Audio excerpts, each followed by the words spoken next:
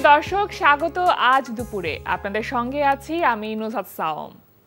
সবাইকে শুভেচ্ছা জানিয়ে শুরু করছি আজ দুপুরের আজকের আয়োজন।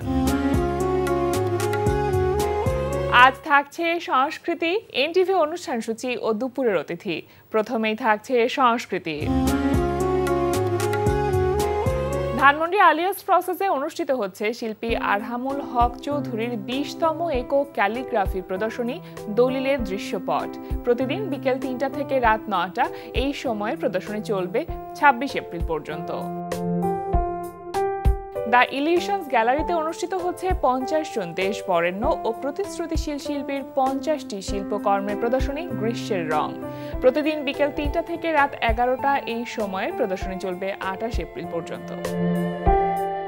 গুলশান 2-এর 87 নম্বর রোডের 8 নম্বর বাড়ির 7ম তলায় অনুষ্ঠিত হচ্ছে চিত্রশিল্পী হারুনুর রশিদ টুটুলের দ্বিতীয় একক চিত্রকলা প্রদর্শনী ভঙ্গুর সহাবস্থান। প্রদর্শনী চলবে 23 এপ্রিল পর্যন্ত। এবার এনটিভি অনুষ্ঠান সূচি। এবার জানিয়ে দিচ্ছি এনটিভির আজ রাতের বিশেষ বিশেষ অনুষ্ঠানগুলির সময়সূচি। সন্ধ্যা 6:15 থাকছে সমসাময়িক বিষয় নিয়ে অনুষ্ঠান সংলাপ প্রতিদিন।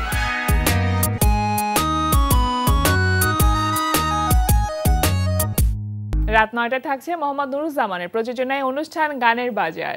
নিজে নিজে জ্বলে পুড়ে ও পাশানে বাঁধে যে হৃদয়, এমন তো প্রেম হয় ও চোখের জলে কথা কয়। রাত 11:30 সরাসরি সম্প্রচার হবে টক শো এই সময়।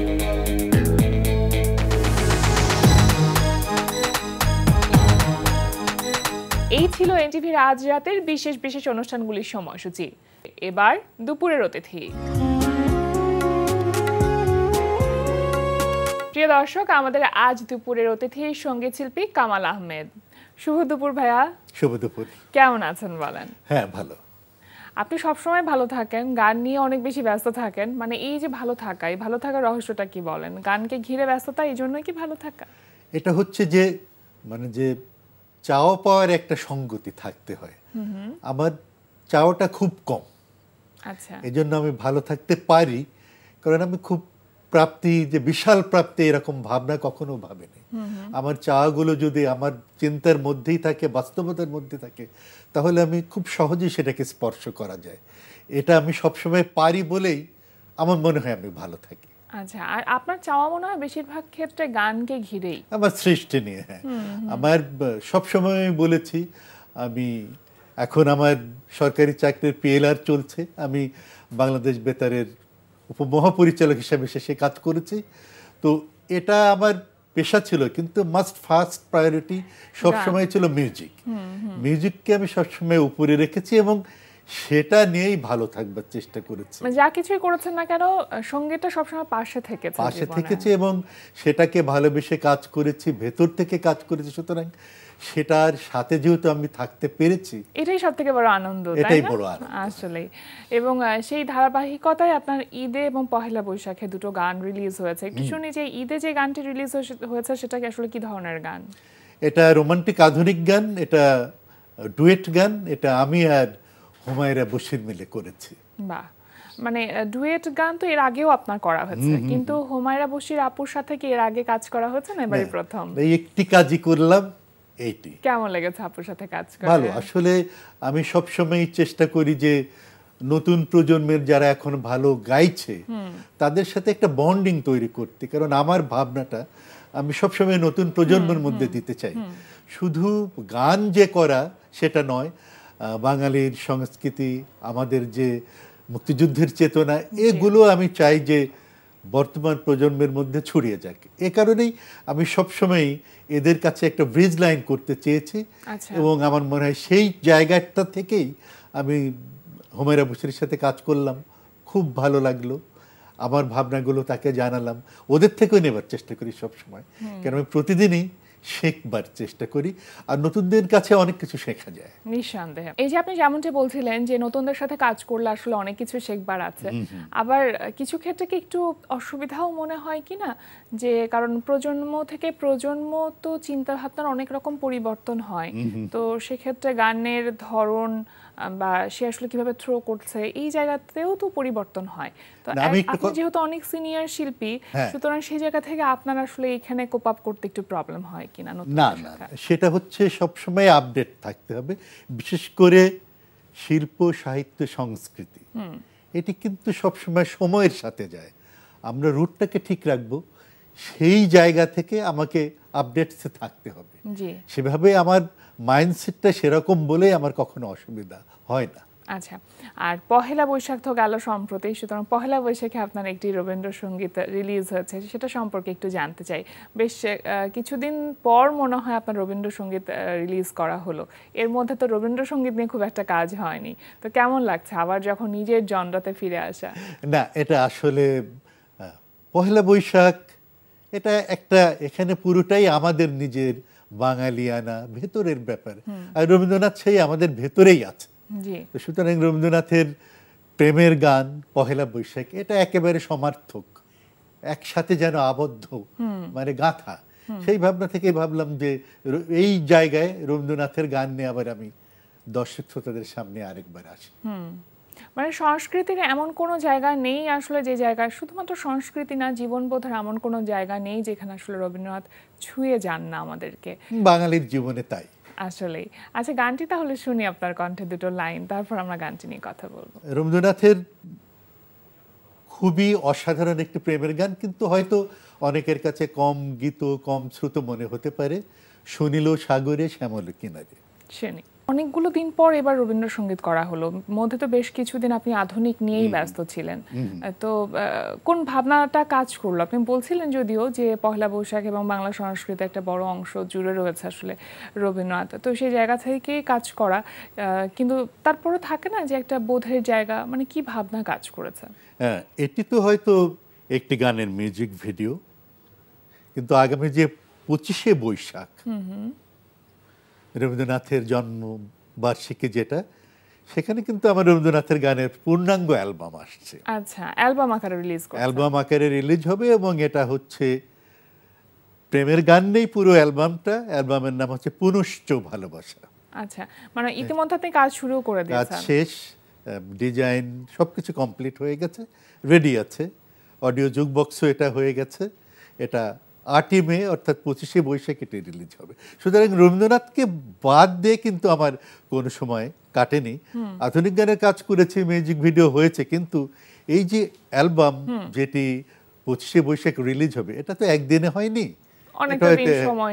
এক বছর ধরে করছি। সুতরাং রবীন্দ্রনাথকে নিয়ে আমি কিন্তু আছি, সাথে অন্যান্য কাজ যেটা প্রাসঙ্গিকতা, সময়ের যেটা দাবি, সে কাজগুলো করছি। কিন্তু যেটা তুমি বললা আমার জনরা বা আমার কমফর্ট জোন রবীন্দ্রনাথ, সেটার সাথে আমি সবসময় আছি। আচ্ছা, আমরা একটা সময় আপনাকে চিনতাম যে শুধুমাত্র রবীন্দ্রসঙ্গীত শিল্পী হিসেবে, কিন্তু পরবর্তীতে আমরা আপনার পদচারণা দেখেছি অন্যান্য গানের ক্ষেত্রেও। এই ভাবনাটা কেন কাজ করলো? কেন মনে হলো যে অন্যান্য গান আসলে করাটাও জরুরি? এটা হচ্ছে যে আমি সার্বজনীনভাবে মানে দর্শক শ্রোতার মধ্যে থাকতে চাই, আর ছোটবেলা থেকে সব রকমের বাংলা গান শুনেই বড় হয়েছে। শুধু যে রবীন্দ্রনাথের গান শুনেছি তা তো নয়, আকাশবাণী শুনেছি, বাংলাদেশ বেতার শুনেছি, বাংলাদেশ টেলিভিশন দেখেছি, দূরদর্শন দেখেছি। সুতরাং বাঙালির যে টোটাল যে এক্সপোজারটা, সেটার মধ্য দিয়েই আমরা বড় হয়েছি। হেমন্ত মুখোপাধ্যায় শুনেছি, তারপরে মান্না দে শুনেছি, সলিল চৌধুরীর সৃষ্টি আমরা শুনেছি, দেখেছি, তাই না?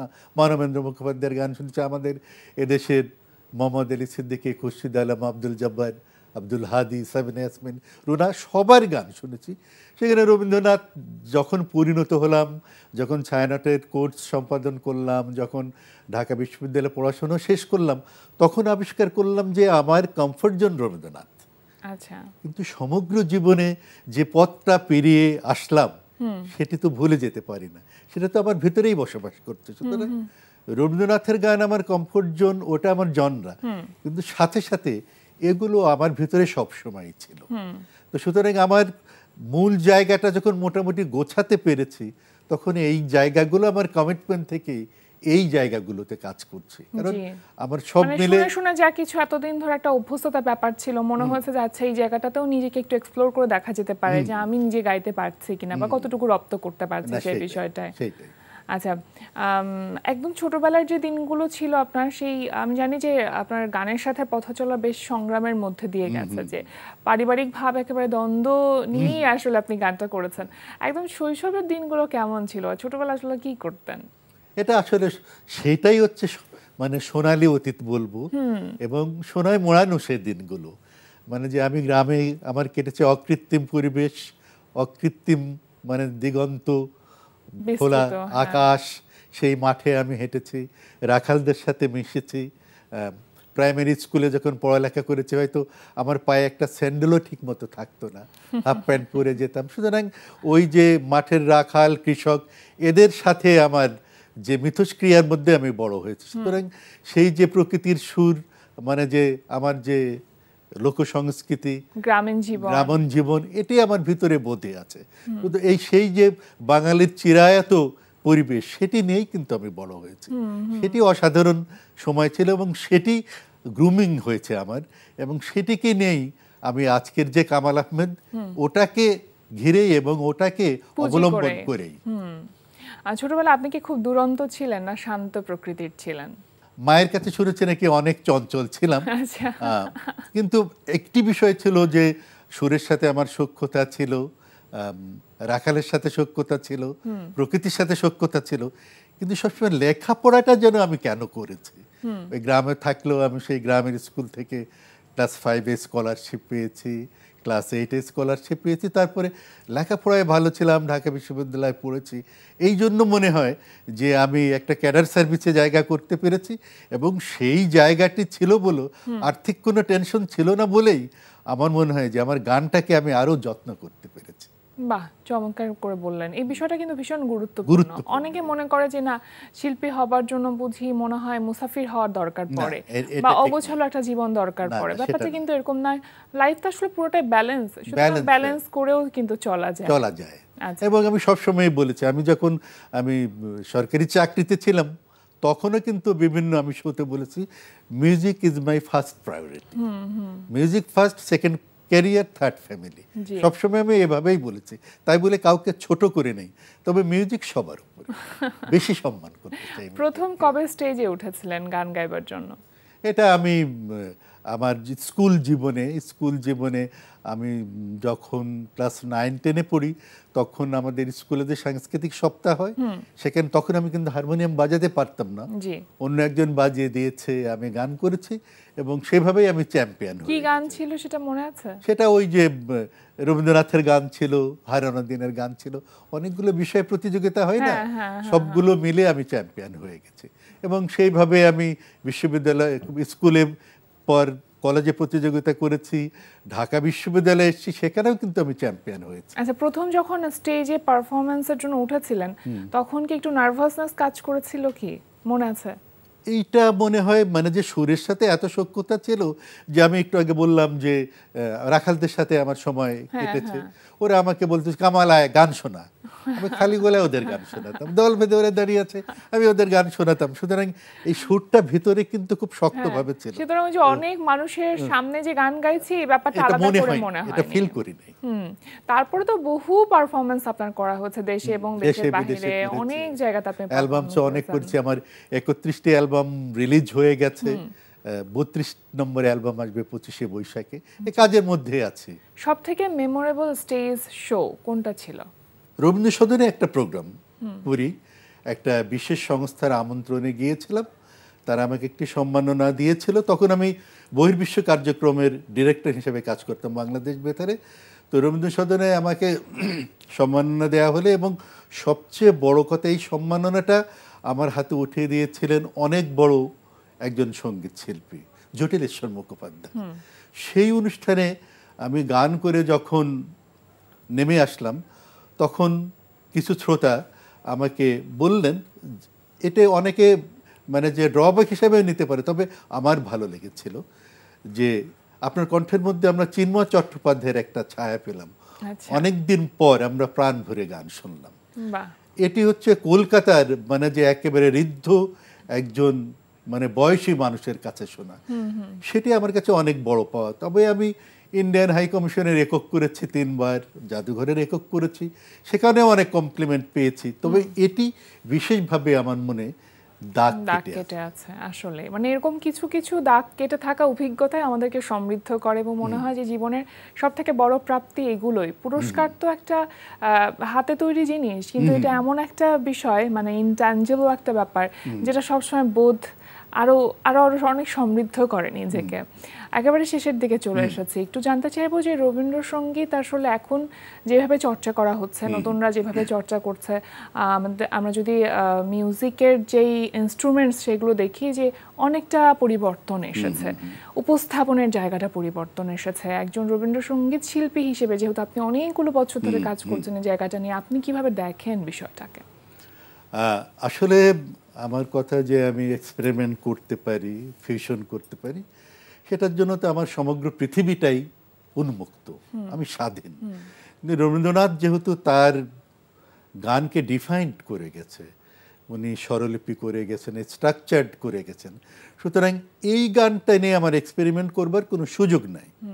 আমি যে কোনো লেখা, যে কোনো শূন্যতে এক্সপেরিমেন্ট করতে পারি, সুতরাং করতে পারে, অনেকেই অনেক রকম করবে, সেটি টিকবে বলে আমার মনে হয়। রবীন্দ্রনাথের গান রবীন্দ্রনাথ যেভাবে ভেবেছেন, যে সুরে বা ওই কথার সাথে আধুনিকতা আসতেই পারে। একসময় তো এসরাজ নির্ভর ছিল রবীন্দ্রনাথের গান, এখন আমরা কম্পোজিশন করছি, সেখানে ভায়োলিন আসছে, গিটার আসতে পারে। ওই বাণীর সাথে যতটুকু যায় পরিমিতির মধ্যে, ওই বাণীকে যেন মানে ঢেকে না দেয় মিউজিক, বা যে আমি স্টাইলে গাবো সেটা যেন রবীন্দ্রনাথ আহত না হন, এইটুকু বাদ করে আধুনিকতা আসতেই পারে, সেটাই আমি পারমিট করি। তবে রবীন্দ্রনাথের ভাবনা, তার কথা, তার সুরকে ঠিক রেখেই পরিমিতির মধ্যে হতে পারে। চমৎকার করে বললেন। একেবারে শেষ পর্যায়ে আমরা চলে এসেছি, দুটো লাইন গান কি আমরা শুনবো? শুনতেই পারি। আচ্ছা, ছোট্ট করে দুটো লাইন গান শুনি, তারপর শেষ করে দিই আজকে। আমি তোমার সঙ্গে বেঁধেছে আমার প্রাণ, সুরের বাঁধনে তুমি জানো না আমি তোমারে পেয়েছি অজানা সাধনে, আমি তোমার সঙ্গে বেঁধেছে আমার প্রাণ, সুরের বাঁধনে সে সাধনায় মিশিয়া যায় বকুল গন্ধ, সে সাধনায় মিলিয়া যায় কবির ছন্দ, তুমি জানো না ঢেকে রেখেছি তোমার না রঙিন ছায়ার আচ্ছাদনে, আমি তোমার সঙ্গে বেঁধেছি আমার প্রাণ, সুরের বাঁধনে। অসংখ্য ধন্যবাদ আপনাকে ভাইয়া, আজকে আমাদের আয়োজনে এসে সময় দেওয়ার জন্য। ভালো থাকুন, শুভকামনা রইল। আমিও এনটিভির এই অনুষ্ঠানের সাথে যারা সংযুক্ত আছে তাদেরকে এবং যারা দেখছেন সবাইকে অনেক ধন্যবাদ, এবং বলবো যে আসুন আমরা সবাই বাঙালির সংস্কৃতি লালন করি, বাংলা গানের সাথে থাকি, রবীন্দ্রনাথের সাথে থাকি, কবি নজরুলের সাথে থাকি। প্রিয় দর্শক, আমরা চলে এসেছি অনুষ্ঠানের শেষ প্রান্তে। অনুষ্ঠান সম্পর্কে আপনার মতামত জানাতে মেইল করুন আজ দুপুরে @ntvbd.com এ। বিশ্বের যে কোনো প্রান্ত থেকে যে কোনো সময় আজ দুপুরে দেখতে ভিজিট করুন আমাদের পূর্ণাঙ্গ ওয়েব পোর্টাল www.ntvbd.com। এছাড়া এনটিভি সব জনপ্রিয় অনুষ্ঠান ও খবরের আপডেট পেতে ভিজিট করুন আমাদের ইউটিউব চ্যানেল ও ভেরিফাইড ফেসবুক পেজে। সবার মঙ্গল কামনায় আজকের মতো এখানেই শেষ করছি। শুভ দুপুর।